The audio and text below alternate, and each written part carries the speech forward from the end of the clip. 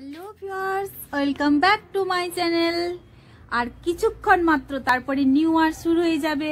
এই সালটা প্রচন্ড জঘন্য সাল ছিল, করোনা চলে এসেছিল না বেটু? এই সালটাতে করোনা চলে এসেছিল, আমাদের স্কুল বন্ধ ছিল, আমরা কোথাও বেরোতে যেতে পারিনি, পার্কে যেতে পারিনি, বেরু বেরু করতে যেতে পারতাম না, মোমো খেতে পারতাম না, রোল খেতে পারতাম না, শুধুমাত্র বাড়িতে বসে বোর হতে হতো। এই সালটা যত তাড়াতাড়ি বিদায় নেয় তত তাড়াতাড়ি মঙ্গল। আমরা সবাই 2021কে স্বাগত জানাচ্ছি। আর কিছুক্ষণ ওয়েট করতে হবে, তো আমরা খুব ভালোভাবে এনজয় করব এই ইয়ার এন্ডিংটা, তাই তো বেটু? এখন আমরা সাজুগুজু করে নেব, আমাদের পার্টি হবে।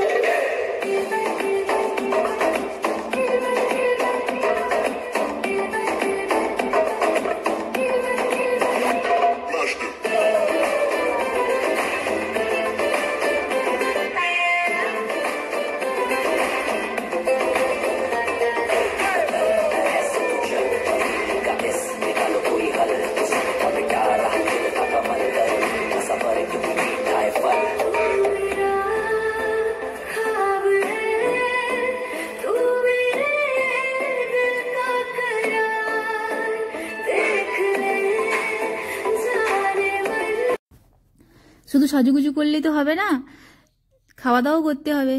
সেই জন্য চিকেন হবে আমাদের। চিকেন তো ধনে পাতা না দিলে নয়, তো বেটুর বাবা ধনে পাতাটা কেটে রেডি করে দিচ্ছে।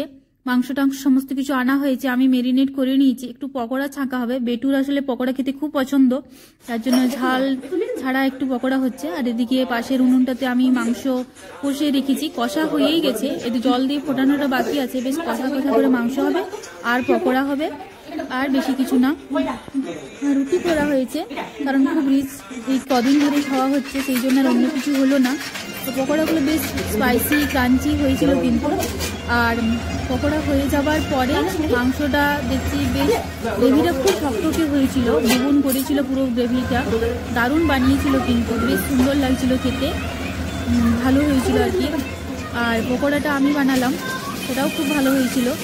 আর বেটুর বাবাও অনেক হেল্প করেছে, পুরো ধোয়া মোছা, জায়গাটা ক্লিন করা, এগুলো সব করে দিয়েছে।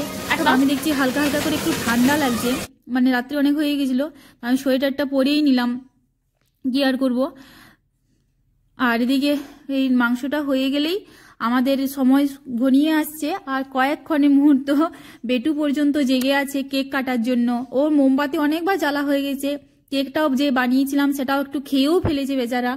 এরপর আর ধৈর্য ধরতে পারছে না, কখন 12টা বাজবে করে। তারপর হ্যাপি নিউ ইয়ার গান চলছে, পার্টি হবে বলে দুই ভাই ভীষণভাবে ব্যস্ত। আমি ওই বেলুনগুলো ফুলিয়ে ওইখানে টাঙিয়ে দিয়েছিলাম। এরপর অরূপ আর স্বরূপ দুই ভাই মিলে ওই চুকমকি লাইট যেগুলো লাগানো হচ্ছে। আর টিভিতে তো সবসময় হ্যাপি নিউ ইয়ার উঠছে। আর বেটু খুব ব্যস্ত, বেটু বেলুন ফুলিয়েছে, কিছু ফাটিয়েছে, সুমিতা ও সৌরভ এরা সবাই চলে এসেছে। এই তো দারুণ লাগছে কিন্তু। এবার আমাদের পার্টি শুরু হয়ে যাবে। বেটু কিন্তু জেগে আছে এখনো পর্যন্ত, ও কিন্তু সমান তালে তাল দিচ্ছে। আর বারবার জিজ্ঞেস করছি কখন কেকটা কাটা হবে আর কি। কেকটা বাড়িতেই বানানো হয়েছে, বাড়ির থেকে কিনে নিয়ে আসা হয়নি। এরপর ও অনেকক্ষণ ধরে মোমবাতিকে জ্বালানো করতে শুরু করে।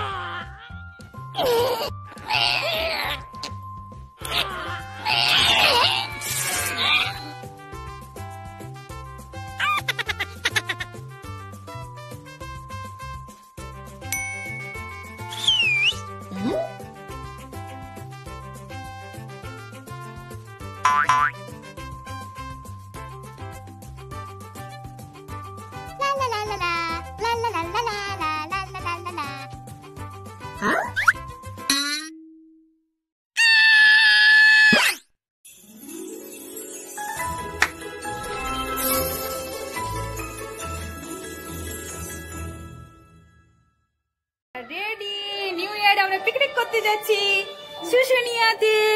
কোথায় যাচ্ছি বেটু? পিকনিক করতে শুশুনিয়াতে। পিকনিক করতে শুশুনিয়াতে যাচ্ছি কাকাইয়ের গাড়ি করে। হ্যাঁ বুক পিকনিক করে। হ্যাঁ বলো। আচ্ছা ঠিক আছে, খাবার প্যাকেট করে নিয়েছি, মেনু পরেই দেখাচ্ছি, একটু পরে গাড়ি করে যাওয়া হবে। পাহাড়ে চড়তে পারবো কিনা জানি না। এটা আমরা বেরিয়ে পড়েছি, আমাদের খুব মজা হচ্ছে, গাড়ি করে সবাই বেরোবো করতে যাচ্ছি নিউ ইয়ারে। তো এটা হচ্ছে অ্যাকচুয়ালি আমার স্কুল যাওয়ার রাস্তা। অনেক দিন ধরে বলে থাকতাম যে আমার স্কুল যাওয়ার রাস্তাটা খুবই সুন্দর, বেটুর বাবা ছাড়া আর কারো দেখা হয়নি। এই যে বেটুর বাবা, বেটু, কাকাই সবাই বসে পড়েছে, আমরা সবাই পিছনে বসেছি, সবাই খুব মজা করতে যাচ্ছে। হাত নাড়ছে, বেটুর মুখের অবস্থাটা দেখো, মুখ পুরো বেঁকিয়ে দিয়েছে, ওরা সবাই খুবই মজা হচ্ছে, বেরোতে পেরেছে, আর মুখে মাস্ক পরতে হয়নি, গাড়ির মধ্যে করে যাচ্ছে, খুব ভালো লাগছে, আমাদেরও খুব ভালো লাগছে, সবাই খুব এনজয় করেছে এই ট্রিপটা। আসলে বেশ হই হই করতে করতে গেছি। আমি চুল স্ট্রেটনিং করেছি বুবুনের কাছে, খুব ভালো সুন্দর করে দিয়েছিল। আর এই রাস্তাটার গল্প আমি এত করেছি, ওদেরকে আজকে দেখাতে পারছি ভেবে আমার আরও বেশি ভালো লাগছে। এই রাস্তাটা সবসময় আমার নতুন লাগে আর কি, এতবার যাই আসি তাও পুরাতন হয় না, এত গাছপালা। আমি বলে দিলাম কোন কোন গাছ থেকে আমি তাল কুড়িয়ে নিয়ে যাই তাল গাছে, তো সেসব বলা হলো। কিন্তু একটা আফসোস হয়ে গেল যে আমি যখন ওই বসন্তকালে পলাশ ফুলগুলো ফোটে তার যে একটা অপরূপ শহর সেটা দেখাতে পারলাম না। তাই এটা, কারণ ওদেরকে ওই গল্পটা আমি বেশি করেছিলাম, তো পরে যখন যাব তখন ওই সময় একবার নিয়ে যেতে হবে, সেটা দেখলে ওদের আরও ভালো লাগবে। আমরা সাধারণত ভিড় এড়াবার জন্য একটা প্ল্যান করেছিলাম যে শুশুনিয়া থেকে যে দিকটা সামনের দিকটা সেটা না গিয়ে তার পেছন দিকে যাবো আর কি, যেখানটা জঙ্গলটা আছে ওখানে খাবো একটা নিরিবিলি জায়গা থেকে, আর ওই জঙ্গলে একটু ঘুরবো, ব্যাস এইটুকুই। কারণ করোনার সময় এটা সব থেকে মাথায় রাখতে হবে। তো আর বেটু আছে সাথে, বেশি আমাদেরকে নাচন কোজন না করলেও চলবে। আর এই যে লোকের গিজ ভিড় একদম, নিউ ইয়ার বলে কথা, হ্যাপি নিউ ইয়ার। 2020 সালটা সবারই ঘরবন্দি অবস্থায় কেটেছে, তাই এইটাতে সবাই বেরিয়ে পড়েছে, আমরাও তাই। তো দেখা যাক শেষ পর্যন্ত কি আছে কপালে, পুরো ভয়ই লাগছিল সত্যি কথাই। তো বেরিয়ে গেছি। আর অরূপ সত্যি ও নতুন ড্রাইভার হলে কি হবে, পাক্কা হয়ে গেছে একদম ড্রাইভারিতে, বেশ সুন্দরভাবে ম্যানেজ করে নিয়ে গেছে, ব্যালেন্স করে বেশ ভালো হয়েছে আমাদের এই ট্রিপটা। ঘরের থেকে বকুনি খাচ্ছিলাম যদিও, তাও ঠিক হয়েছে সব কিছু। আমরা পিকনিক স্পটে পৌঁছে গেছি, যেদিকটা শুশুনিয়া সেদিকে এত ভিড় যে কি বলবো, প্রচণ্ড ভিড় হয়েছে লোকের। আর এই করোনার বাজারে এত ভিড়ের মধ্যে যেতে চাইছি না, তো সেই জন্য আমরা উল্টো পিঠে এসেছি। এই যে বেটুই খেতে দিয়ে দিচ্ছে, যদিও সোলার পাতা নিষিদ্ধ জানি, সেই জন্য আমরা সোলার পাতাগুলো নিয়ে এসে খাওয়ার পরে প্যাক করে পর নিয়ে চলে গেছি ওগুলো। আবার প্রচণ্ড খিদে পেয়েছে, আর মাংস নিয়ে এসেছি, তো আর ওয়েট করতে পারছি না। এই যে সুমিতার ফোনটা হলেই আমরা খেতে বসে যাব। আমি খেতে দিয়ে দিচ্ছি অবশ্য। বেটু এতগুলো পাতা পেয়ে কী করবে বুঝতে পারছে না, ও পাতাগুলো নিয়ে এদিক ওদিক সেদিক করে বেড়াচ্ছে, ওরও প্রচণ্ড খিদে পেয়েছে, মুখ একদম শুকিয়ে গেছে। এখন 3:30 বেজে গেছে, আমাদের খেতে এত লেট হয়েছে। মানে আমরা নিউ ইয়ার পার্টির পরে যখন শুচ্ছি তখনই আমাদের পুরো 4টে বেজে গেছিলো, তো ঘুম থেকে উঠতে দেরি হয়ে গেছিলো 11টা। তারপরে ডিসিশন নেওয়া হলো শুশুনিয়া যাওয়া হবে, সমস্ত খাবার দাবার প্যাক করে পরে। রান্নাবান্না আমরা সমস্ত কিছু বাড়ি থেকেই করে নিয়ে এসেছি, ভাত, মাংস, চাটনি, তারপর মিষ্টি নিয়ে এসেছিলাম, একটু আলু মাখা নিয়ে এসেছিলাম। মাংসের সঙ্গে আলু মাখা খুব ভালো জমে কিন্তু। এই যে শুশুনিয়ার কোলে আমরা খেতে বসে গেছি, একদম নিরিবিলি জায়গায় বসেছিলাম, কারণ বেটুকে নিয়ে এসেছি। একদম সূর্য ঢলে পড়ছে, সেই মুহূর্তে খেতে বসি। ভাত দেওয়া কমপ্লিট হয়ে গেছে আমার। টিফিন বক্সে করে ভাত নিয়ে এসেছিলাম, আর ওই যে লাল রঙের টিফিন বক্সগুলো করে আলু মাখা, আর প্রেশার কুকারটা পুরোটাই নিয়ে এসেছিলাম গরম থাকবে বলে। মাংসটার কালারটা হেভি দেখতে হয়েছে। এই যে বেটু তো পাওয়া, ওর জন্য মানে ঝাল না দেওয়া নিয়ে এসেছিলাম ওই লাল টিফিন বক্সগুলো করতে। ওর মেটে পছন্দ, তাই মেটে দিয়েছি। আর আমাদের এইগুলো, আর লাল টিফিন বক্সে আলু মাখা ছিল। আর ওয়েট করতে পারছে না কেউ, সবাই খিদে একদম মানে পেটে ছুঁচো দম দিচ্ছে, এরকম অবস্থা। আর মাংসটার গন্ধ বিশেষ ভুরভুর করে উঠতে শুরু করেছে। আমরা খেয়ে নিই এরপরে আস্তে আস্তে করে, তারপর বেড়ু করতে শুরু করে দেবো। এই তো বেটু বসে পড়েছে। অন্যদিন বেটুকে খাইয়ে দিতে হয়, জোর করে বসাতে হয়, আজকে ওসব পাত্তা দেয়নি বেটুর বাবা নাচতে শুরু করে দিয়েছে খাবার পেয়ে একদম। আর বেটু নিজেই খেতে শুরু করে দিয়েছে বেটুকে। এরপর আমরাও বসে যাব, আমার দেওয়া হয়েই গেছে, আমিও বসে পড়বো এরপর।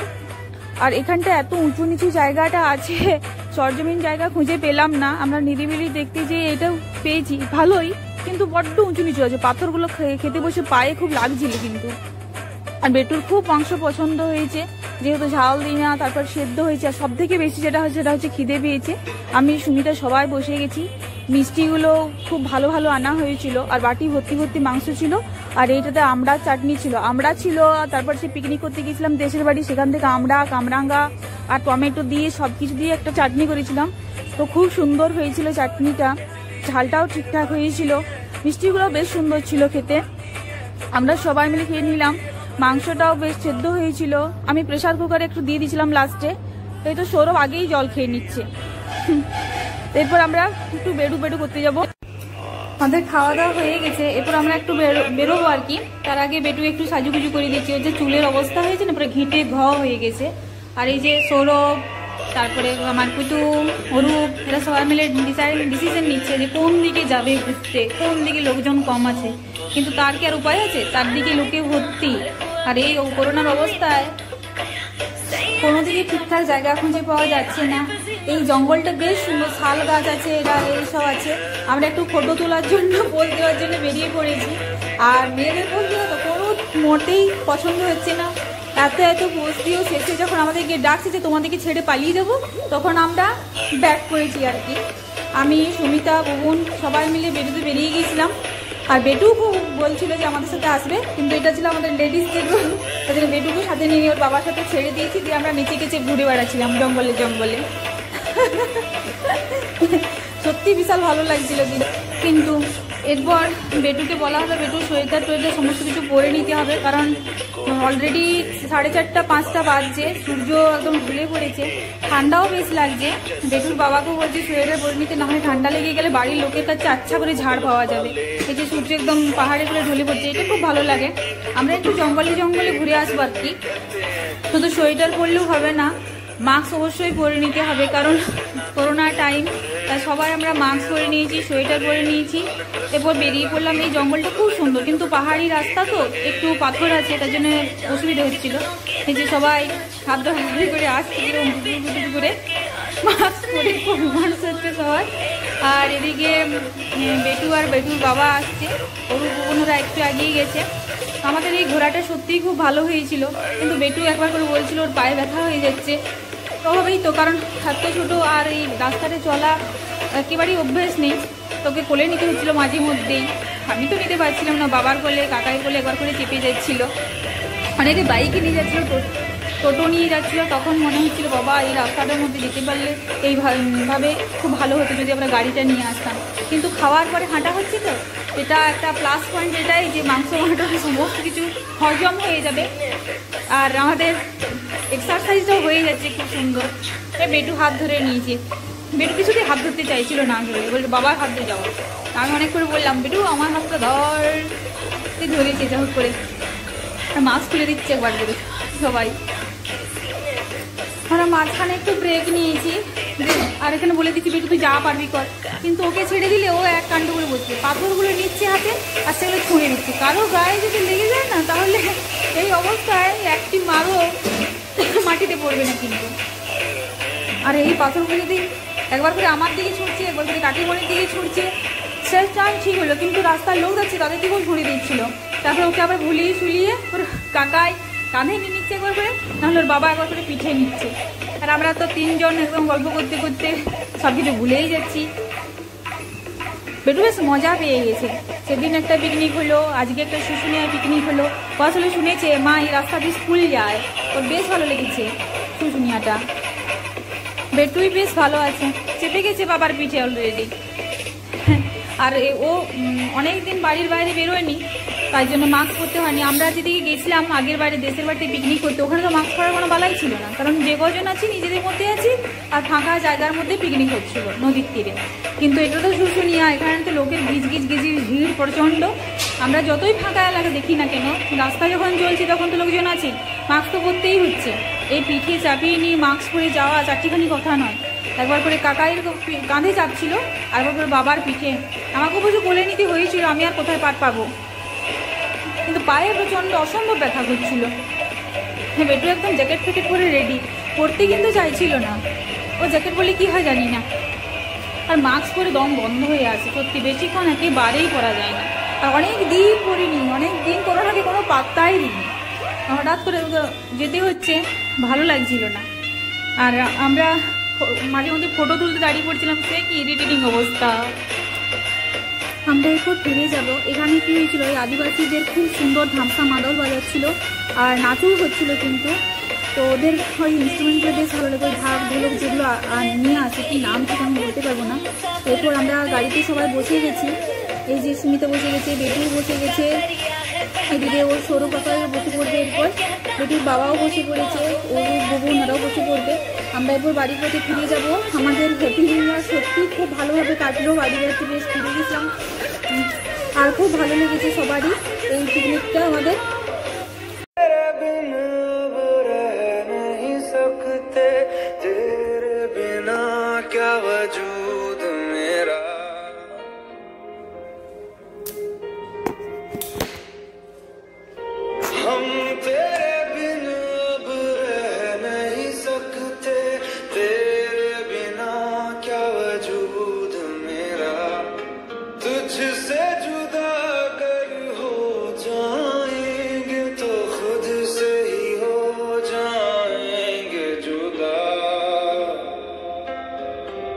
क्योंकि तुम ही हो अब तुम